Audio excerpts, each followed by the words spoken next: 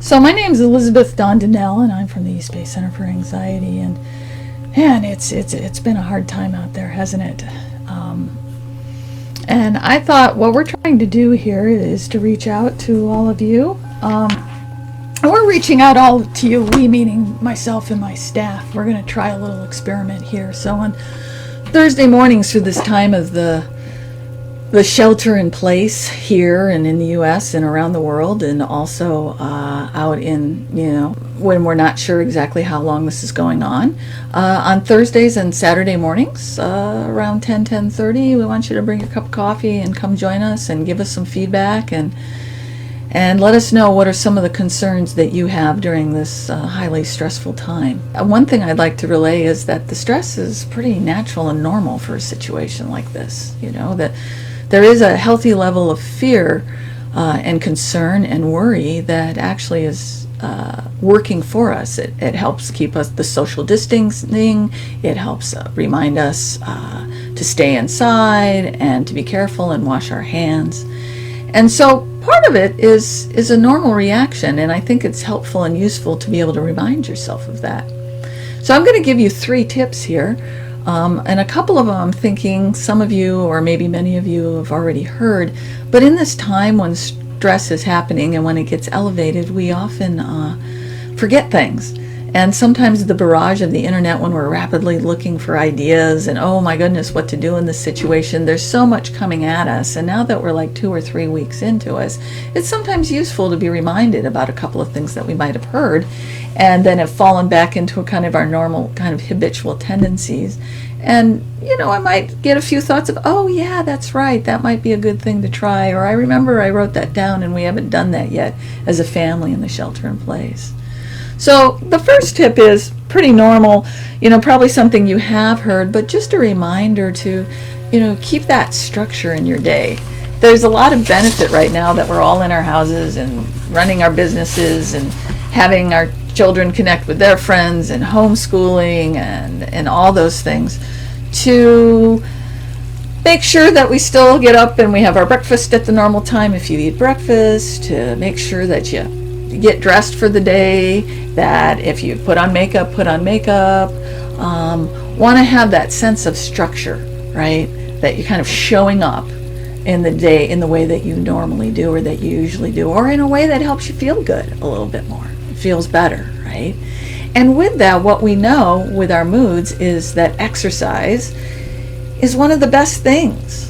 And so I know for some places you are completely in the house. For others, you can get out and walk. I know here in California we're able to go outside as long as we keep our 6 feet apart. And it's useful sometimes to challenge yourself a little bit. I know, like, for example, my daughter, I have an 18-year-old daughter who decided to hook up the bicycle to, the Cyclone, which enables her to ride it in place. And she's put it out in the garage. And, for 3 times a day for about 10 minutes, she goes out there and rides the bike really fast. And I've heard other friends and things sharing that it's useful to, for example, said, okay, today I'm going to make sure that I do 20 sit-ups, or I'm going to do 4 yoga stretches, and kind of challenge yourself. The other idea that can be very useful around exercise is there's a lot of apps out there like the 7-minute workout, or doing yoga online, or even some of the gyms now are doing their exercises classes online. And it would be good to put that in your schedule and just make you to show up, because we know definitely that really helps our brain chemistry and helps keep us balanced more. The other thing, the second tip, would be more about connection. So the first one's about your body, keeping it healthy, keeping a structure in the day. The second one is connection. And connection really is valuable right now, and the way we typically connect in many ways has been thrown off. Many of us are used to connecting via FaceTime and doing online things, even such as this live stream. However, now this is our primary form of communication, right, and connection, aside from connecting with those who are in our household. So we've got we've got the connection with those in our household, and then how do we connect with the world? And the way we're connecting predominantly with the world is through video or phone. And so here are a couple of thoughtful and useful ideas that my family's done and that I've heard from others that you might find helpful yourself. Keeping that connection as a ritual can be really valuable. So a couple of ways to do that. If you are alone in your house, then make sure that you're able to reach out. Reach out, for example, setting, one thing I have is a weekly tea time with one of my friends, virtual now, make it coffee or tea time. Another thing is, my husband's a writer, and what he's done is that he has a weekly cocktail hour with all his friends out in the world, right? And they show up with their drink and they chat for a while, and then then they go on with their day, and there's that connection. There's something that's still very valuable about having that FaceTime with people, about seeing other people's faces, of connecting. And one thing too with that connection that can be useful is, sure, you want to check in, how you doing, maybe a little bit of venting about the politics of the world or the situation or some of the feelings that you're having, which are completely normal right now, about being, your whole life has been kind of turned upside down. Our whole lives have been turned upside down. But then making sure that there's time for humor and talking about other things, remembering good times you might have had, and letting that conversation kind of roll into that connection that you have as a friend or with the family, and not staying on all the stuff that's going on in the world, because that can create a churn. And there's a phrase that's used in psychology often, which is called co-ruminating, which is, rumination is what a cow does. It chews its food 4 times and it goes in and out. And we've often used that phrase for when we worry. We take a thought, we chew on it for a long time, we digest it, it comes back up, we chew on it again, it comes back up. And sometimes you can do that with a friend, and the two of you will just keep batting an issue back and forth. And the thing is with rumination, which is different than problem solving, it really feels like problem solving. But all we're doing is churning the problem over and over and over again, and it's just triggering the emotional experience, but not helping us move forward in any way. And so there is a time for venting, can be very useful, and then there's a time to shift. And so in your connections, it's useful to make sure that if you want to vent for a while, fabulous, but be cautious of that potential co-ruminating. There might be some of that. And that'll just bring more worry up and more uncomfortable feelings up and elevate them to a level of upsetness. And right now, which brings me into my third tip about the mind, is while these feelings are very natural, normal, real, makes sense to have during this time, such as fear and some worry and nervousness, we're looking for feelings and being functional. And what happens with functionality in highly stressful times is the feeling starts to elevate into a level of upsetness. And it's that emotional upsetness that can really disable functionality or enhance the worry to the point where you're ruminating and you're churning it. So it isn't so much about getting rid of the feeling of some healthy fear or healthy anxiety, but more about dialing the upsetness down. And so I'm hoping this makes sense. And so how does one do that? Well, how you can do that, I'm going to bring 2 methods in, possibly to help you. During a highly anxious time, or a time like this where there's worry, and sometimes our brain goes off into catastrophic thinking. I know one thought that I commonly have is, this is never going to end.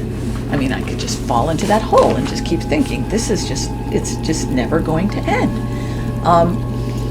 And the way I express it, which is called emotional reasoning, which is I feel like. So if you find yourself thinking a lot of I feel likes, I feel like this is never going to end, that's a nice example of emotional reasoning. which then only enhances and builds and develops more emotional upsetness. And then we start getting distorted, and our perception isn't as accurate and balanced about what's in front of us.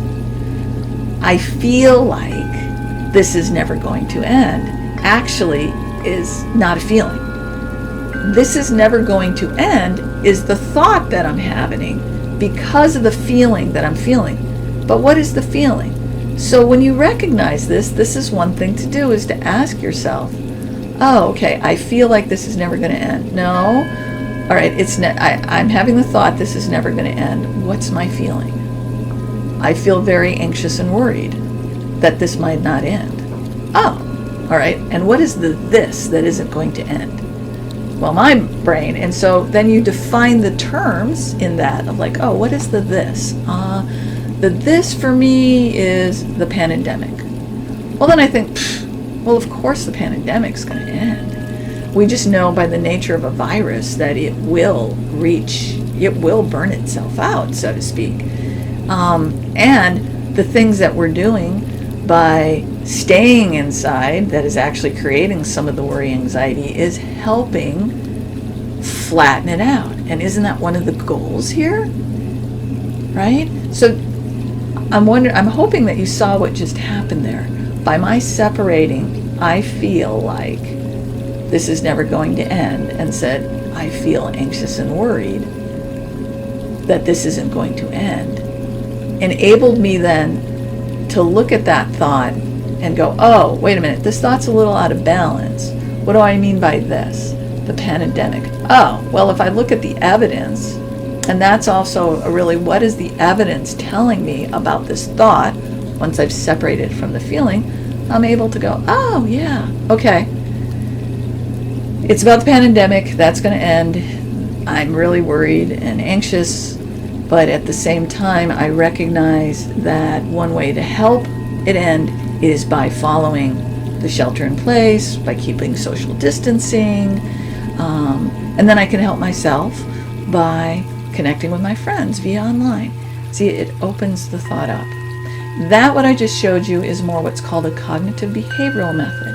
It's identifying your thoughts and recognizing that our thoughts sometimes get distorted or twisted up, and then they influence the emotional upsetness about what we're feeling. And that is the emotional upsetness, because of our perception that isn't exactly accurate, is what then really knots us up, right? And then makes it more difficult for us to function through our day. So I'd like you to try that and see what you think about that. The other method that I have here is a mindfulness method. And mindfulness's focus is a little different than cognitive behavioral, but similar. The idea of mindfulness is a way to become more of an observer and step back from your thoughts so that that emotional upsetness doesn't affect you as much, right? And that if you're able to just observe something and not be something or in something, but observe it, then the natural nature of that emotion is it will be more calm when we're an observer. And when we're an observer, we're also using all of our senses in a way to observe the situation. So for example, if I go back to the thought, I feel like this is never going to end, and I find myself like spinning in my kitchen a little bit, then I might do what's called a mindfulness narrative. And simply put, what a mindfulness narrative is I'll sit here and think, okay, I notice that my thoughts are racing. I notice that I'm thinking, I feel like this is never going to end. I notice that my chest is a little tight. I notice that my breathing is a little more shallow. I notice that my feet are kind of wrapped around the chair that I'm sitting on, that my hands are crossed. And then I take a breath. And by doing that, the noticing and just the observing in a non-judgmental way can help create a bit of a distance. And now that thought isn't so powerful. And then I move on. Now, most of us can only do a mindfulness narrative for about 30 seconds or less, and that's okay, and then our mind kind of grabs us and moves it on. But it's that space, the idea of hitting the pause button, of stepping back.